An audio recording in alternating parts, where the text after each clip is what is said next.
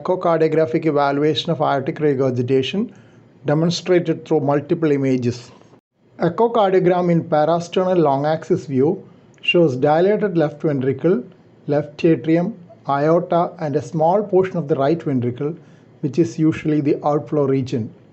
Mitral valve leaflets seen in open position between the left ventricle and the left atrium are thickened.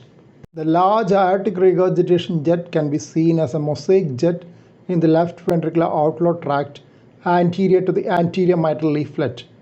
A portion of the thickened aortic valve can be seen between the aorta and the left ventricle. The AR jet is almost filling the left ventricular outflow tract and extends well into the left ventricle beyond the anterior mitral leaflet, indicating a free aortic regurgitation. Dilated left ventricle, aorta and left atrium also suggest that the AR is severe. Apical 5-chamber view shows the dilated left ventricle, thickened anterior mitral leaflet and posterior mitral leaflet. In this view also, the AR jet is large, extending deep into the LV, indicating severe AR. Thickening of both aortic and mitral leaflets indicate the possible etiology as rheumatic. Mitral and aortic valves are the most often involved valves in rheumatic heart disease, the former being more common between the two. When there is associated mitral stenosis, the color Doppler jet of mitral flow merges with that of the aortic regurgitation in the left ventricle, as both occur in diastole. But the velocity of aortic regurgitation jet is much higher than that of mitral stenosis, as the pressure difference between aorta and left ventricle in diastole is much higher than that between left atrium and left ventricle. This is a parasternal long axis view from another case. Aortic valve is seen as grossly thickened and calcified. The right panel shows the multicolored jet of aortic regurgitation along the ventricular surface of the anterior mitral leaflet. This is quite an eccentric AR jet, and hence assessment of severity will be difficult. Here is another eccentric jet of aortic regurgitation going along the posterior margin of the left ventricular outflow tract or the anterior mitral leaflet. The systolic frame on the right shows the mitral valve in the closed position, while the diastolic frame on the left shows it in open position. The anterior mitral leaflet shows a reverse doming as the aortic regurgitation jet strikes it. Systolic frame also shows a trivial mitral regurgitation into the left atrium, just behind the mitral valve as a bluish mosaic jet. Measurement of vena contracta, or the width of the proximal regurgitant jet for grading aortic regurgitation, becomes unreliable when the jet is eccentric.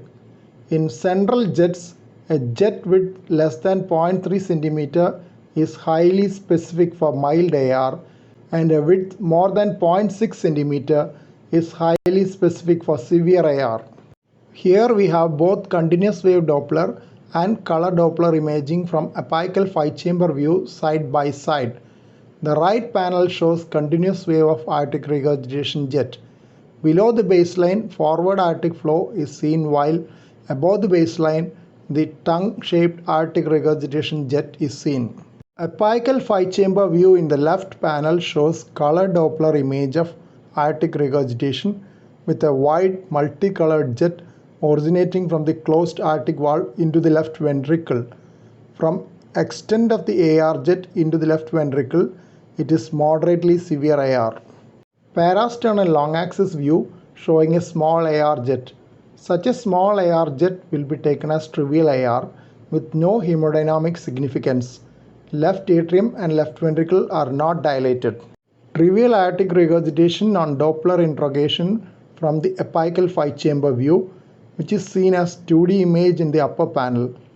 Incomplete image of the jet is obtained when the regurgitant flow is less, as in trivial or mild AR. The jet seen below the baseline is the forward aortic flow in systole, whereas AR occurs in diastole and is seen above the baseline. This is because the regurgitant flow into the left ventricle is towards the transducer in this view. The forward velocity is about 1.2 meter per second, indicating the absence of any associated aortic stenosis. The color bar on the top left indicates that the Nyquist limit of the color Doppler imaging has been set at 60 cm per second. The scale on the left lower side is the Doppler scale in meters per second, with positive values above the baseline and negative values below the baseline. Picture demonstrates measurement of pressure half-time of aortic regurgitation jet using continuous wave Doppler from the apical 5-chamber view. Apical 5-chamber view with color Doppler is seen in the upper right corner of the image. The Doppler cursor is seen passing through the left ventricular outflow tract and aorta.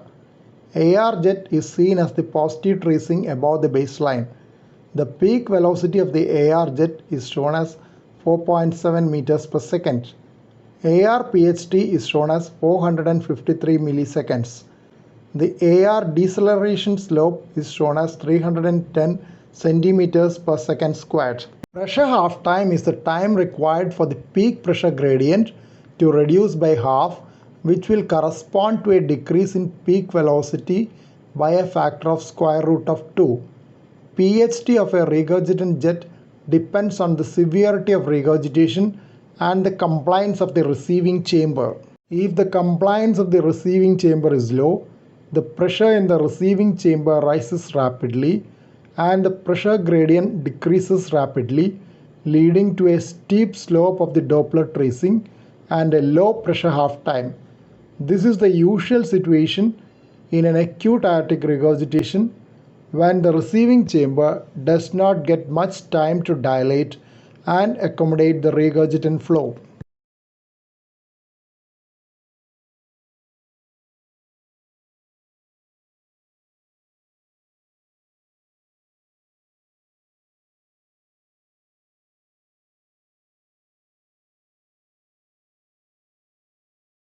Severe regurgitation also gives a similar picture as the receiving chamber fills rapidly.